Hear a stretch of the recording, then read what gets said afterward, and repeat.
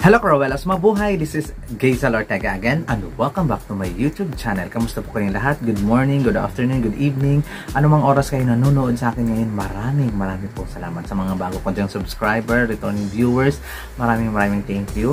At sa mga hindi pa po dyan nakasubscribe, please subscribe my YouTube channel, Gazel Ortega, Cruella in Pageantry, and click the notification bell below para updated kayo when it comes na maglabas ako ng aking mga video, shorts, and live. Maraming salamat po.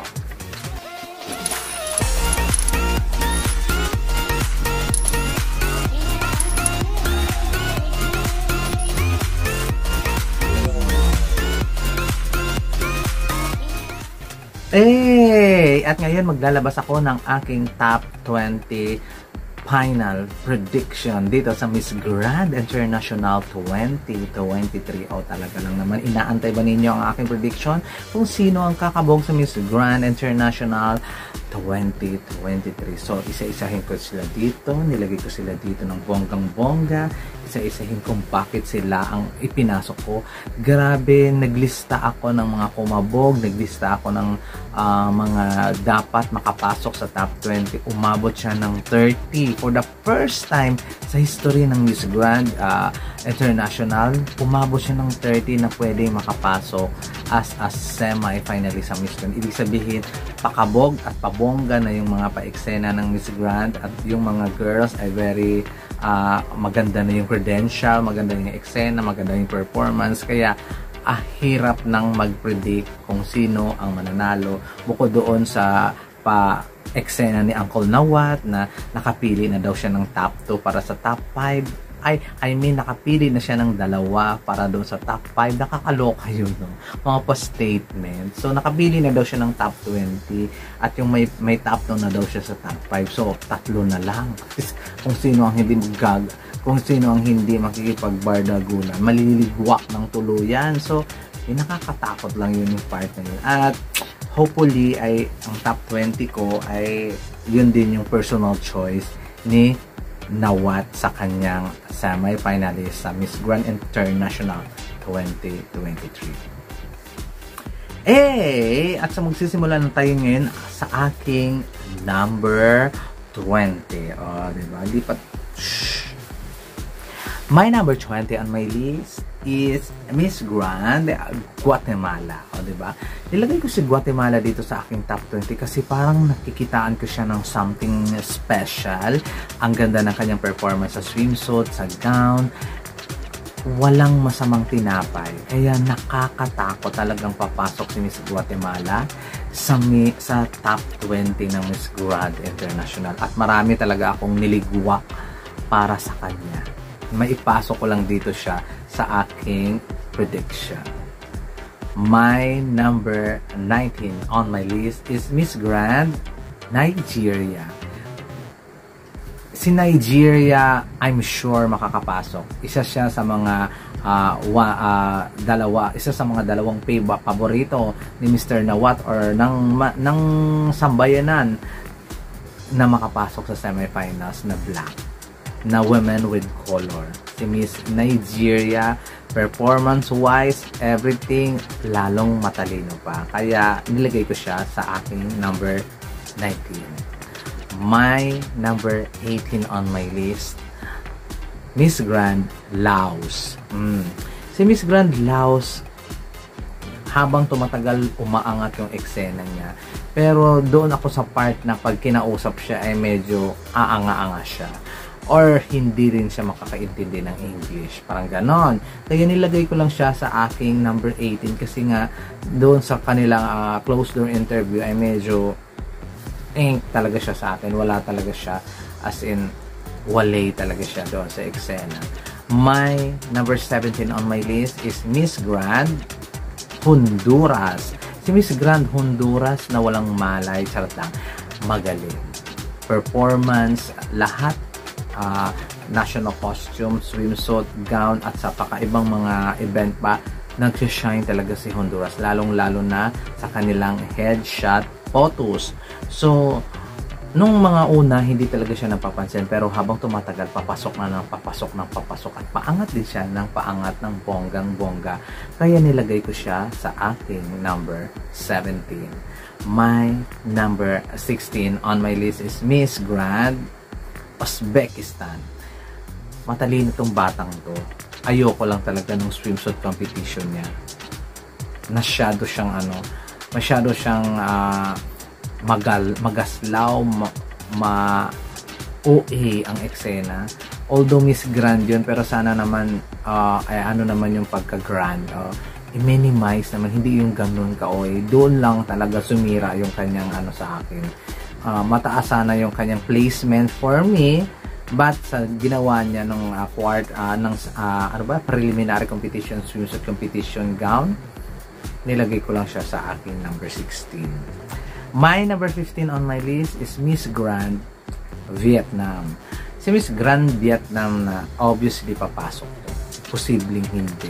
Dahil hindi makakalabas si Nuwat ang stadium kung hindi makakapasok si Vietnam. Hindi, totoo. Deserve naman kasi nga. Deserve niyang makapasok dahil isa siya sa mga magaling at mahuhusay dito sa competition. My number 14 on my list is Miss Grand Spain. Umpisa pa lang, arrival pa lang, pansin ko na. Pero medyo nawala. Pero bumalik ng bonggang-bongga nung preliminary competition.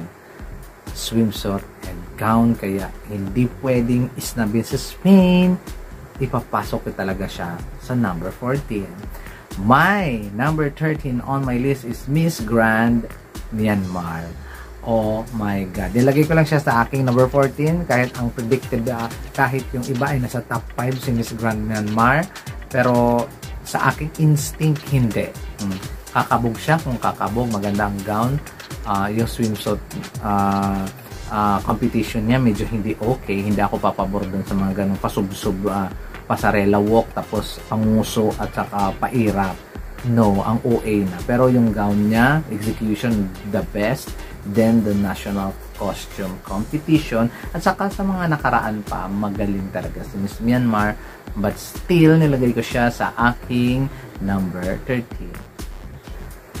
My number 12 on my list is Miss Grand India. Si Miss Grand India talaga nagbibigay ng freshness dito sa competition. Every time na lumalabas siya, swimsuit, evening gown, ang fresh. Maganda ang pasarela, maganda ang eksena, kaya kailangan si Miss India pasok sa banga at my number 12. My number 11 on my list, Miss Grand Canada.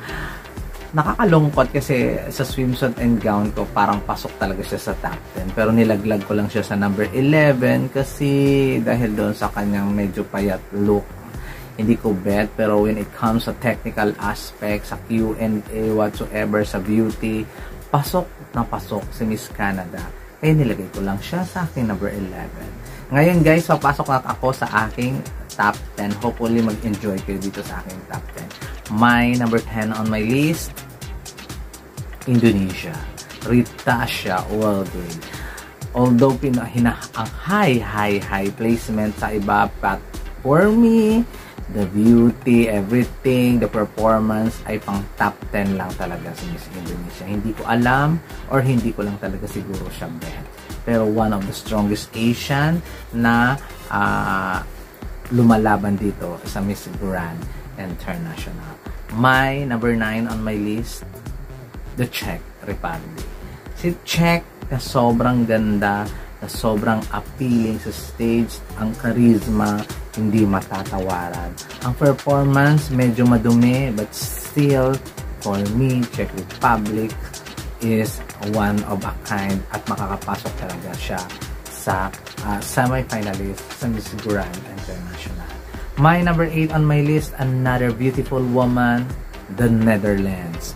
Oh my God, sino ba naman hindi makakapansin sa kanya? Sobrang ganda, sobrang plakado ang eksena, ang kanyang performance sa long gown at saka swimsuit competition, lalo na doon din sa national costume competition. Talagang hindi niya ipinapahiya ang Netherlands. Kaya for me, pasok sa banga si the Netherlands.